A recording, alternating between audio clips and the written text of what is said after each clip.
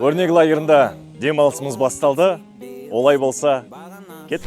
Ғылым мен техника зертханада тәжірибе жүріп жатыр. Спорт және туризм, командалық жарыстар, күш, сенім, достық. Талабы күшті табысқа жетер сурет көрмесі.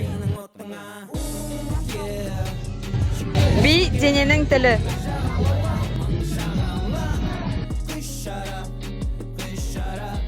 Дарын ашылатын орта, актерлік шеберлік сабағы. Кешкі алау, шынайы эмоциялық естелік. Бізбен бірге болыңыздар.